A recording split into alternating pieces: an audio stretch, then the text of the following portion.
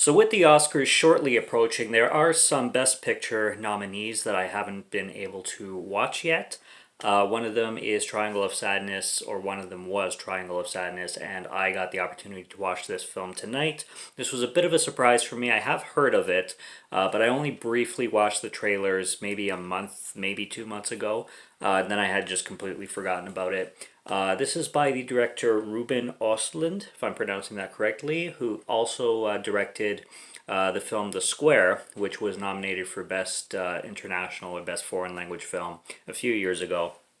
Always been meaning to watch that one too.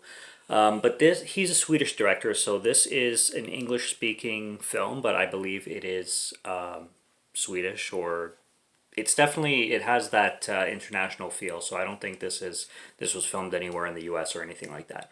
But it is completely English language. So this is like a very dark comedy and big satire, and the best way I could describe this film would be awkward. The script and the dialogue and just the direction in general is very, very awkward beyond belief. Now, this film is going to be released by the Criterion Collection, and when I went to look up the Criterion blurb on it, they call the director Ruben Östlund the master of social discomfort, which makes perfect sense when you watch this film. When I say awkward, like, it's kind of hard to describe exactly what I mean, but just the way characters interact.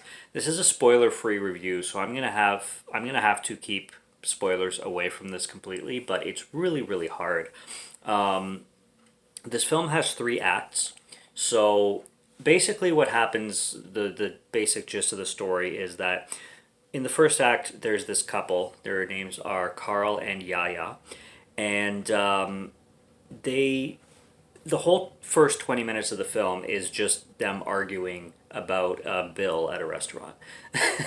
And it plays on for like 20 minutes. It's ridiculous, but it's so funny, and everything is so well directed and so well written that it's so intriguing, even though a lot of scenes play out for a long time and it's just simple scenarios going on for extended periods of time. That also like builds into the whole satire of the whole thing. This is definitely a jab at like the upper class and the rich, similar to how Parasite was, and the Menu. This definitely has, especially if you watch the trailer, it has a lot of Menu feels to it. Very different the way it plays out, but you definitely get that like satirical look at the like snobby personalities and lifestyle of the rich in this movie big time. But like I said, there's 2 acts. It starts off with that couple, Yaya and Carl, and then they get invited into like basically a cruise or a yacht, for like a high end fancy dinner kind of thing, and sightseeing on islands and stuff like that. And Act Two is the yacht, and then Act Three is the island, because the crew and everybody on the, not everybody, but a few, like a few of the crew and the the patrons, the guests or whatever, end up on an island because there is an accident with the ship. And I'd say the third act is the one that probably drags the most. It is necessary, but it does. I mean, the whole third act is an hour long, so the last hour of the film is them on an island, and you still get the whole theme of the movie where it's playing with like the upper class versus the lower class, and because they're on an island now, they're kind of sometimes reversing roles, and they're really in the same situation. So there's no like high end and low end anymore. They're kind of in the same struggle in a sense. But the second act definitely was my favorite, and that's where just the whole hilarity is in. Like I said, without getting into too much detail, like, this film is just a bunch of people, rich people especially, being as awkward as possible. Like, there's a scene that involves a bar. This film has a great soundtrack too.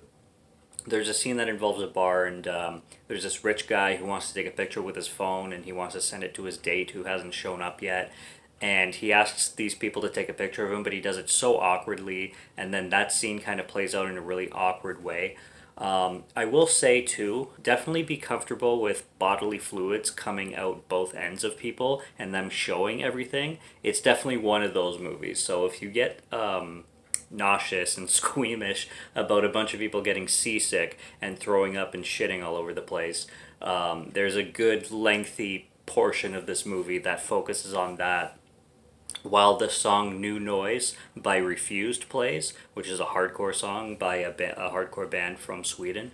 I've always loved that song growing up, and I've always been into like metal and hardcore punk and stuff like that. But hearing that song was kind of a treat, and then that song playing over everybody getting sick was hilarious. Woody Harrelson also makes an appearance in this film. He's the only face that I actually recognized out of the entire cast. I didn't recognize anybody else, but everybody in the film is really good. The whole film is really well directed. Like I said, it's extremely well written, very, very witty, very clever, very satirical, and it's really, it's just, it shows how awkward, especially, excuse me, especially socially, how socially awkward people can be, and just clueless and unaware of what, like, how to behave and how to act and stuff like that. I mean, there's one scene with Woody Harrelson himself where he's playing this card game.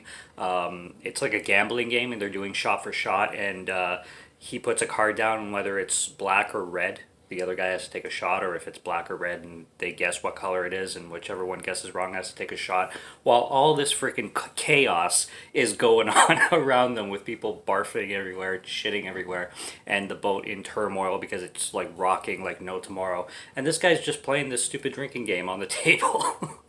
Just the two of them. It's so ridiculous, and shit like that just happens throughout the entire film in such a well directed, funny, satirical, and like comical way that's so unique to this director's vision. One of the rich ladies, she's sitting in a jacuzzi, and she asks one of the staff members to like reverse roles. So, and she's had a little bit too much champagne already, so she's like, no, you enjoy the jacuzzi, and we'll switch roles. I'll serve you for a moment. I want to, I want to serve you guys because you're doing such a fantastic job.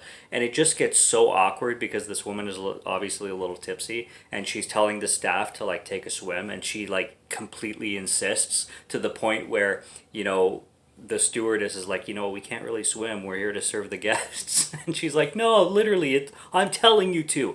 You can't say no to your guests. Go swimming. And then she has to like ask the manager, and it turns into this whole thing where the manager's asking permission from like the captain and everything. It just goes bonkers.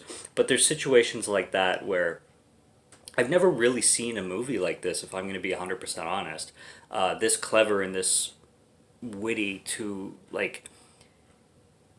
be able to write this and to be able to put this kind of humor into a script. I really give huge props to, I don't know if it's Ruben Östlund who wrote it, but I'm assuming it was.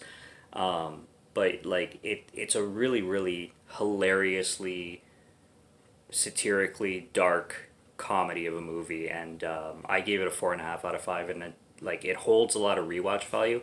Like I said, it's that third act that certainly drags, and it's definitely going to maybe overstay its welcome for a lot of people. It certainly did with me a little bit. It needs to be there, but it could have been shortened, I think, because I think an hour for the third act is a little bit lengthy, especially coming off a second act, which there was so much more going on. I think the island theme is just a little bit too dry, for lack of a better word, to suit a whole hour's length. But like I said, it's a great movie. It's being nominated for Best Picture, and I think this one needs a lot more eyes on it.